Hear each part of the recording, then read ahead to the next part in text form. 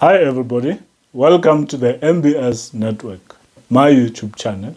My name is Mulate Mashifani and today's topic is project management is bigger than a Gantt chart or even a network diagram.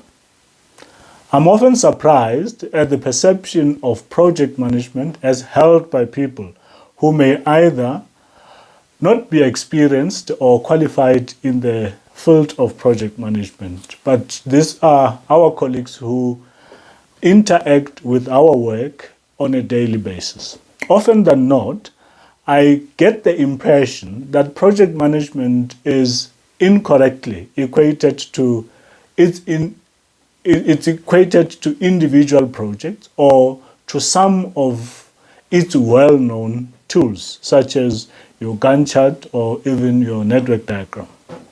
So when people talk about project management, they would often make reference to those in exclusion of others.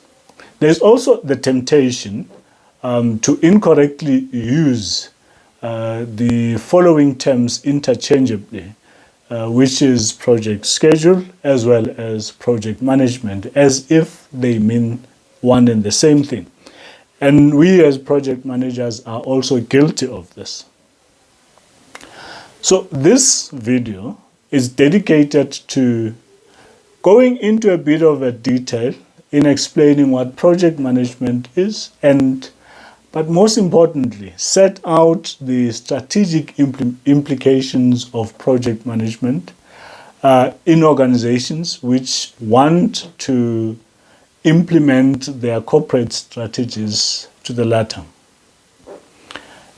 And in so doing, I want to deal with a number of topics. The first one is the relationship between projects and corporate strategies, the project management universe, which I'll go into detail a bit later, management of individual projects, the relationship between projects within a program of projects, relationship between projects, sub-projects, and a project portfolio, the project management and demand for sustainable practices or sustainable business practices. And lastly, I want to deal with risk management at project portfolio level. So let's deal with the first topic, which is organizational strategy and projects. With all the confusion and misconceptions that I have already spoken about, what then is project management, you may ask? Before I get into detail with respect to what is meant by project management, let's first look at why there should be consensus on the need for project management in organizations. Typically, it is expected that organizations should have a corporate strategy and other strategies at different levels which will drive the organization towards realizing its goals. So corporate strategies may be focused on growing the revenue, gaining market share, or whatever else that the organization's goals articulate. To achieve that focus, different programs as well as project initiatives will have to be pursued. Truly, programs and project management, or rather programs and projects, are the only credible means towards strategy realization. And I explain this a bit more a bit later on in this video. This is not to say that business as usual activities that accompany project initiatives are less important. The truth is, both business as usual activities and projects, on the other hand, have different contributions towards strategy implementation. Professor Karl Manevik writes extensively about this point in his book, Realizing Strategy Through Project, the Executive Guide. And one other prominent figure in the project management space, Joy Coombs, also articulates this point in a more simple and applicable way. And she says this: operations keep the lights on, strategy provides a light at the end of the tunnel, but project management is the train engine that moves the organization forward. Change is inherently a consequence of strategy execution. Therefore, the main reason organizations should lean towards projects for corporate strategy implementation is the big change that comes with it and the need to manage that change without undue disruption on the normal work of the organization, operations. The second topic that I want to deal with is what I call project management universe. Let's get into this nuanced discussion about what is meant by project management. I may ask, what is worse than poorly implemented project? You may have guessed it right. The correct answer is twofold. One, implementing projects which should otherwise be done together separately. And the second one is implementing wrong and or unnecessary projects. The first prize for organizations is to be assured that they are investing their finite resources in the best possible projects. Almost exclusively, the best projects are those which enable the organization to achieve the organization's strategy and improve the value of the company. These projects do the best use of human and financial resources, yield the best return on investment, and have the best risk-benefit profile. Thus far, I have only just introduced a topic which is concerned with strategic considerations by the executive, those in the C-suite. Let us now talk about the three spheres of project management in which answers to the question I asked earlier reside.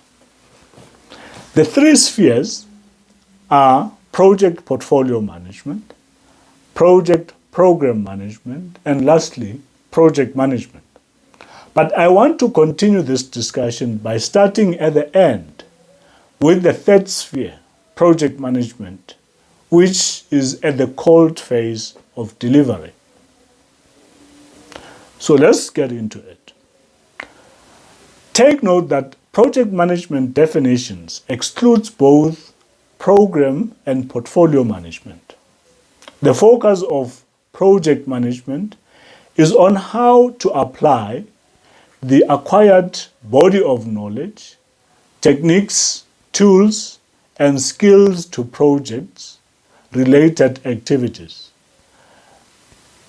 to achieve the stated project objectives. And this is a definition by the Project Management Institute. Project management is concerned with that individual project, and it assumes that project is right, immaculately timed, and adequately synchronized with other projects. Let's now deal with the topic relating to project program management. There is a reason why we mention that one of the assumptions made at project level is that the project is adequately synchronized with other related projects. At a program management level, the concern is whether the cluster of projects is poised to deliver business benefits. It is important to note that although a program must comprise of projects, not all activities therein may necessarily form part of the scope of the constituent projects. Lastly, Not all projects qualify to form part of a program, but must form part of a portfolio. Organizing projects in a program helps in identifying interdependencies amongst them. These interdependencies may include those caused by shared human resources, the need to sequence project outcomes to realize identified benefits, as well as to optimize project governance processes, as well as related risks, and how you manage those risks. Let's now deal with the topic regarding the project portfolio management. Whereas program management incorporates business benefits, portfolio management sets the eyes on strategic objectives as per the corporate strategy. So it's about how do we best achieve the corporate strategy. Through project portfolio management, the organization can ascertain that it is implementing the right projects at the right time with the best use of its finite resources to create value for its stakeholders. Let us turn to the two topics which are becoming more important to project portfolio management, starting with sustainability in project management. So the topic that I want to deal with now is project management and the demand for sustainable business practices.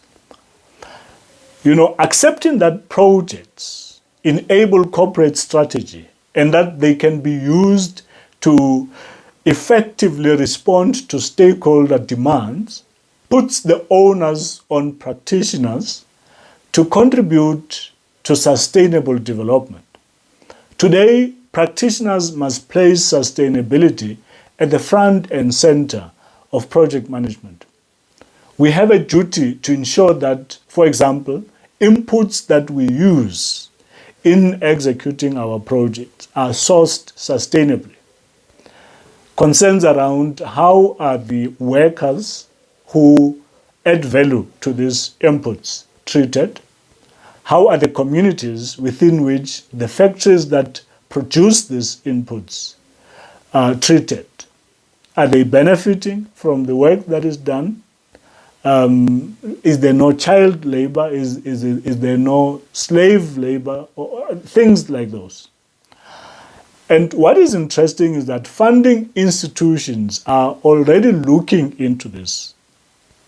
And big projects whose may have been seeking funding from these corporations, these funding institutions, if they don't demonstrate their sensitivity to the ESG issues, their applications for funding are seriously under threat and they risk being rejected, because we are all now driving towards a more safer world where things that I have already spoken about are a concern for everybody.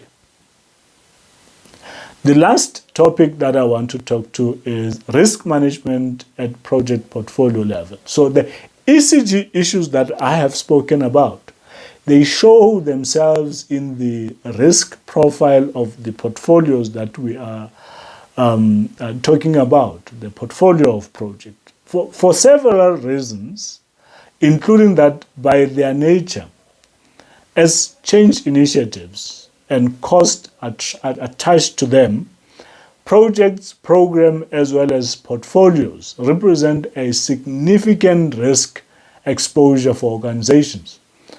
Risk management activities should be performed at all the three levels, or the three spheres as I initially spoke about.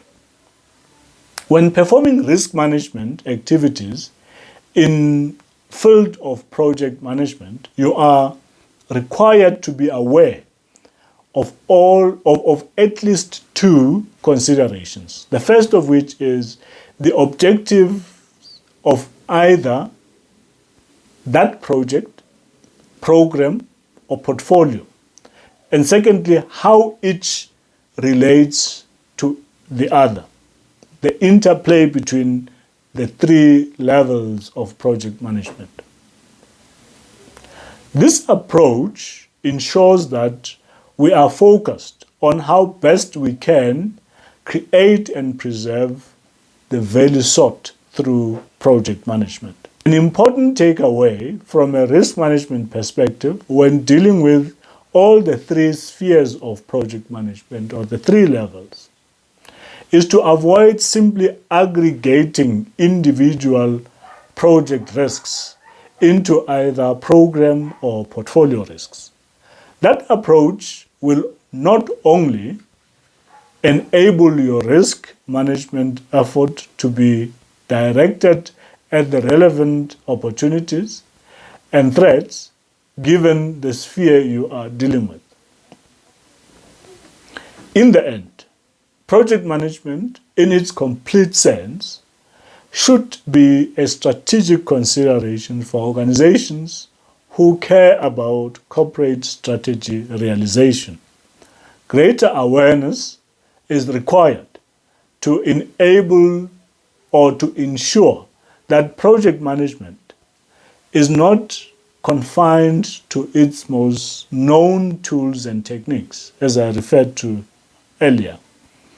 As practitioners, we should invest time and effort to ensure that the aspirants and the executives alike are aware of the issues I have spoken about, including various instruments such as your ISO 21500 standards, your project, your program, as well as your portfolio management standards as issued by the Project Management Institute, and other relevant material that guides us as project managers or program managers or even portfolio managers. So what then do we say at the end of what I've already been saying? The main point that one is trying to drive home is this: project management is bigger than a Gantt chart or even a network diagram. It is a strategic concern for the business. So thank you for watching, and please check out my blog on molatemashifane.com, as well as like, comment, subscribe, and share these videos. Thank you for watching, and see you next time.